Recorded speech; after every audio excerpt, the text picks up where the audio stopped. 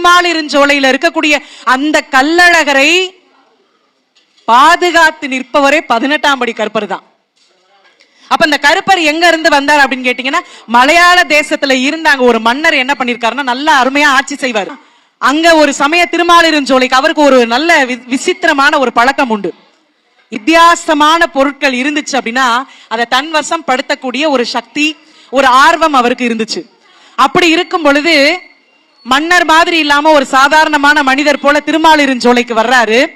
அப்படி வரும் பொழுது அங்கே இருக்கக்கூடிய கள்ளழகரை பாக்குறாரு.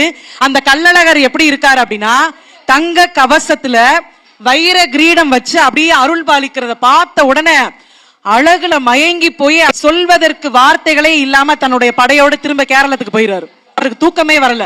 எப்படியாவது இந்த அழகரை நம்ம கேரளாவுக்கு கொண்டு வந்துடணும் அப்படின்னு சொல்லி தலை சிறந்த 18 மாந்திரிகள், அந்த மந்திரவாதிகளை கூப்பிட்டு விஷயத்த சொல்றாரு.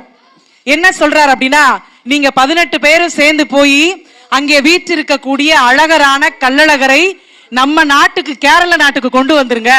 நம்ம ஒரு உச்சபட்ச தெய்வமாக வச்சு அவரை வழிபாடு செய்யலாம் அப்படின்னு சொல்லிடுறாங்க. இந்த விஷயத்தை சொல்லும் போது அந்த 18 மாந்திரீகர்கள் என்ன பண்றாரு அப்படின்னா, நாங்க போறோம், எங்களுக்கு ஒன்னும் பிரச்சனை இல்ல, ஆனா எங்களுக்கு ஒரே ஒரு நிபந்தனை. என்ன நிபந்தனை அப்படின்னா, நாங்க போகும்போது எங்களுக்கு துணையாக நம் கேரள தேசத்தினுடைய, இந்த கேரள நாட்டினுடைய காவல் தெய்வமாக விளங்கக்கூடிய இந்த மலையாள கருப்பன் எங்களுக்கு துணையாக வரணும்னு சொல்லிடுறாரு.